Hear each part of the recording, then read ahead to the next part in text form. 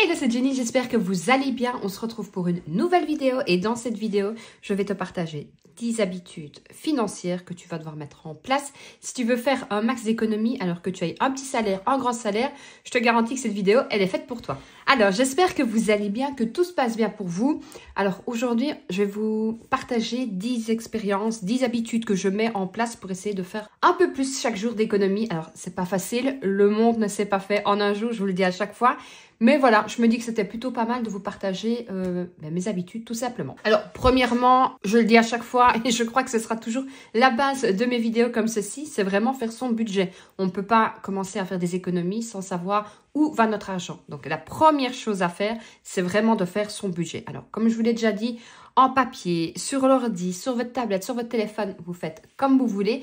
Mais vous faites votre budget, c'est vraiment la base, mais vraiment la base de toutes les économies. Alors, le deuxième point, c'est plutôt pour les gens qui n'ont pas envie de faire le système des enveloppes parce que vous n'avez pas envie tout simplement, mais que vous avez quand même envie de faire des économies. Donc là, il va falloir automatiser vos économies. Début du mois, vous recevez votre salaire et vous savez que vous avez... Par exemple, 200 € que vous allez pouvoir mettre de côté. Vous le savez puisque vous avez fait, bien sûr, votre budget un petit peu avant de recevoir votre salaire. Donc, admettons que vous ayez 200 € que vous pouvez mettre de côté. Vous allez faire une automatisation directement. Donc, ce qui veut dire que chaque mois, vous allez faire partir 200 € directement sur vos comptes d'épargne. Alors, je dis 200 €, ça pourrait même être 50, ça pourrait même être 10 €. Le but, c'est vraiment de faire des économies.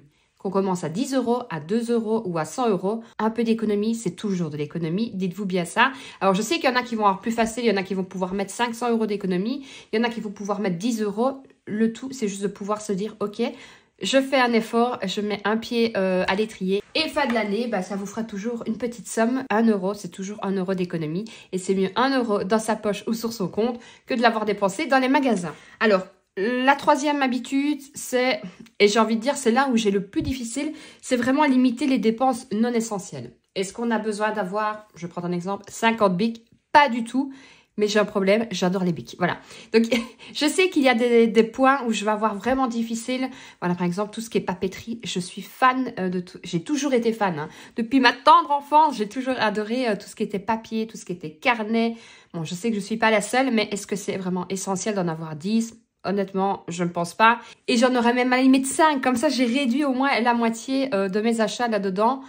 Oui, il faudrait vraiment que je fasse un effort là-dessus. C'est pas essentiel d'en avoir autant. Et en effet, je préfère mettre un peu plus d'argent de côté que de dépenser tout simplement dans la papeterie. Ça va être non essentiel pour ça, mais ça peut être, est-ce que vous avez besoin d'autant de maquillage pour ceux qui adorent le maquillage, d'autant de produits de beauté pour si vous aimez les produits de beauté? Est-ce que c'est essentiel d'aller 6 fois au restaurant sur la semaine? Alors, quand je dis non essentiel, bien sûr, on va tous avoir des niveaux d'essentiel ou non essentiel chacun.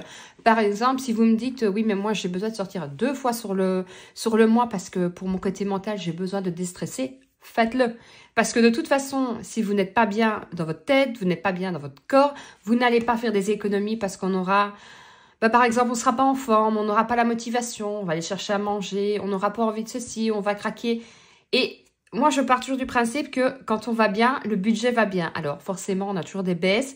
Il faut toujours essayer de se motiver un petit peu parce que, voilà, même si on fait le budget depuis des années, il y a des moments, il y a des jours où on n'a tout simplement pas envie d'économiser, où on n'a pas le moral, on n'a pas envie de faire à manger, on ira chercher à manger. Ne vous tracassez pas si vous craquez de temps en temps, c'est tout à fait normal. Et l'inverse ne serait même pas normal, j'ai envie de dire. Mais voilà, essayez de réduire au maximum ce qui n'est pas essentiel pour vous pour pouvoir mettre un peu plus de côté chaque jour. Le quatrième point, ça va être profiter des remises. Alors ça, j'ai toujours été fan des remises.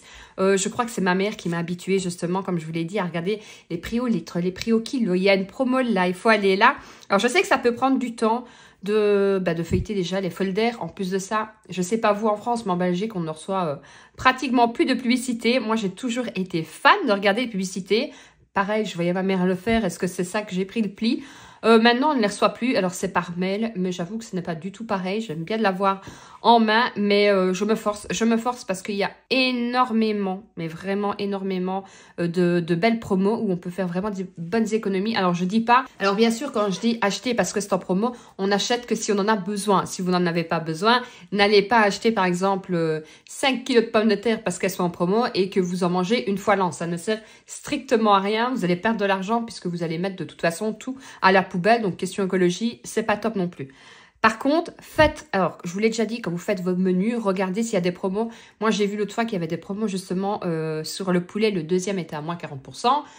On adore le poulet à la maison, j'en ai profité, j'ai été en chercher. Faites aussi attention aux fausses bonnes promotions parce que parfois on se dit « Ah, c'est génial, il y a une super promo » et puis on va regarder à l'autre magasin, le prix habituel est moins cher. Donc faites vraiment attention aux bonnes promos, faites attention aux promos qui vous correspondent, mais faites aussi attention aux fausses promotions.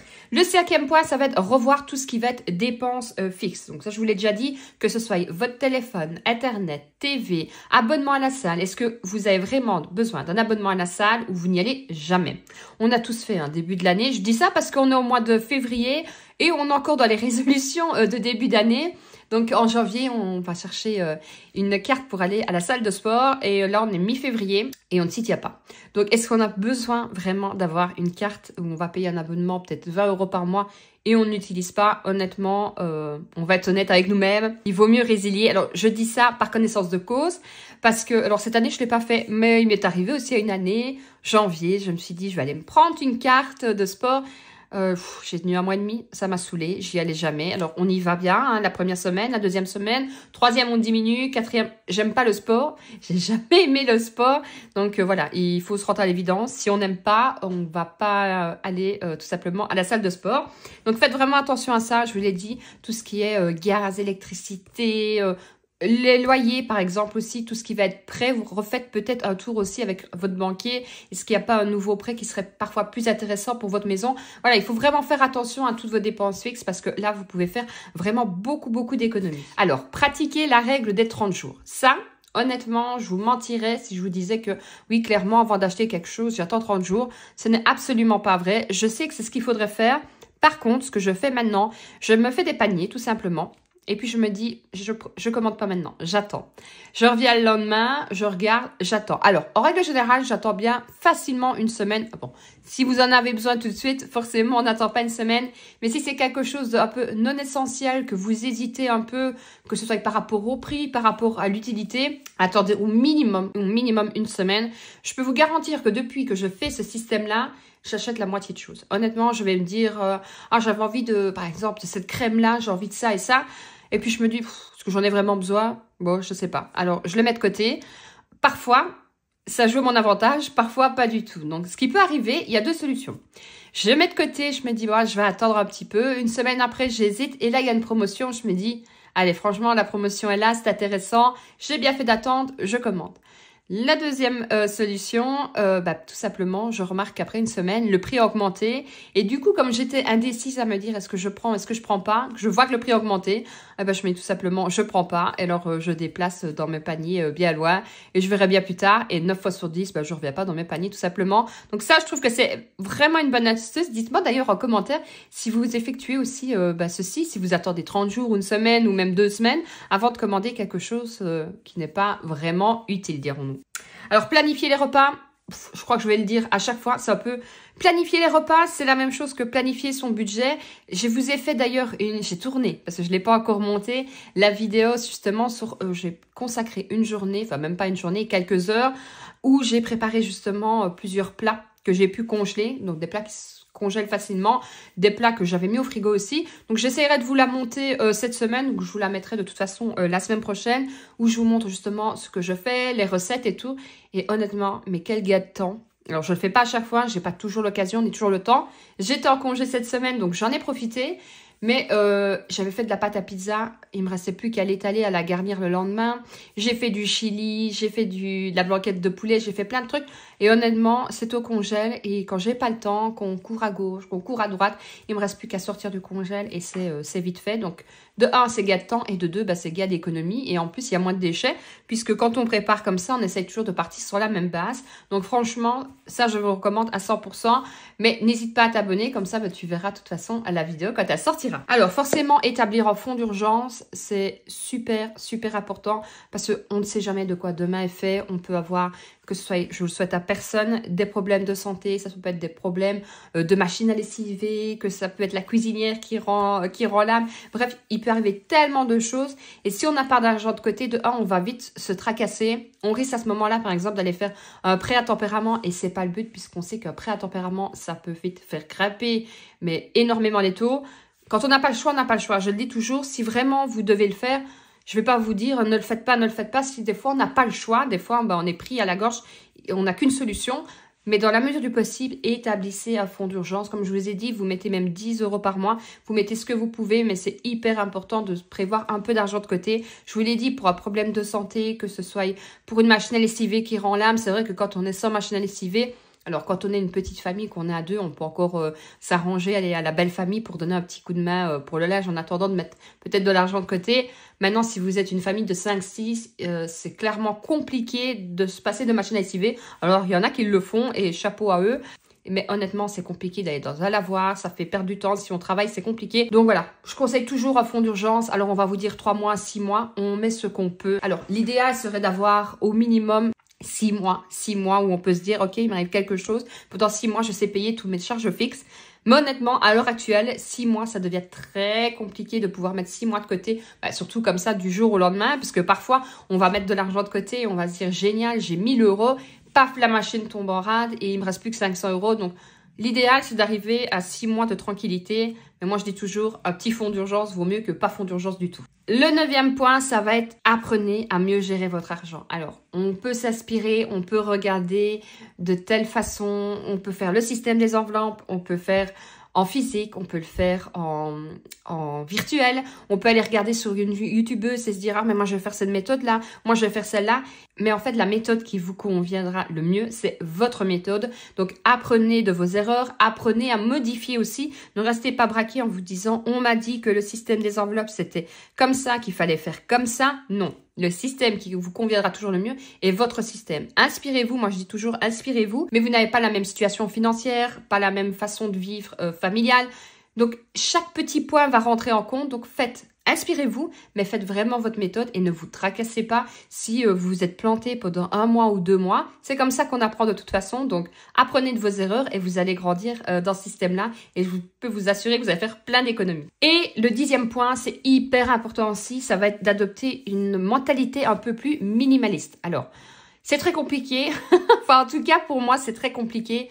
Je passe du côté je veux être minimaliste à côté je veux pas être minimaliste parce que j'y arrive pas. J'essaye au maximum, en fait, j'arrive à un moment de ma vie où j'ai envie de me simplifier. Donc, je me dis parfois, il vaut mieux investir un petit peu pour pouvoir se simplifier la vie. Alors, quand je dis simplifier la vie, ça va être pas forcément question financière, mais ça peut être tout simplement pour l'organisation de la famille, pour l'organisation du linge, l'organisation du ménage. Je veux arriver à mes 40 ans, donc là, j'ai 37. Presque, j'aurai 38 au mois d'octobre. Je veux arriver à me dire, ok, je suis enfin organisée. Alors, j'ai toujours adoré l'organisation, mais je crois que je n'ai jamais trouvé l'organisation qui me convient vraiment le maximum. Je suis quelqu'un d'organisé, mais quelqu'un de bordélique aussi.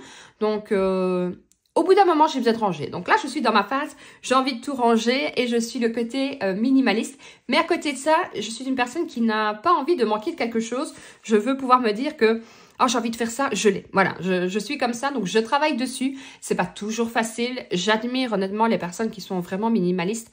Mais clairement, je conseille. Mais je n'y applique pas encore pour moi. J'essaye, franchement, j'essaye. Je m'inspire, je regarde des vidéos et tout. Mais je pense que le monde ne sait pas faire en un jour. Donc, je me dis que si à 40 ans, j'arrive à faire un grand effort. Il me reste 2 ans et demi. Donc, je pense que je peux encore y arriver. Et vous, dites-moi un peu si vous êtes minimaliste ou vous n'êtes pas du tout minimaliste. C'est vrai que c'est pas... C'est toujours... les gens qui sont minimalistes ne vont pas toujours comprendre les gens qui sont... tout l'inverse et vice versa, donc c'est un peu compliqué, mais voilà, je me dis que un petit peu chaque jour c'est toujours mieux que pas du tout. Donc voilà, cette vidéo touche déjà à sa fin. Je vous attends en commentaire, n'hésitez pas à liker, partager, vous abonner. Un grand merci. Si vous ne savez pas quoi mettre, mettez un petit smiley, ça me fera toujours plaisir. Je vous fais de gros bisous et je vous dis à lundi pour une prochaine vidéo. Ciao ciao.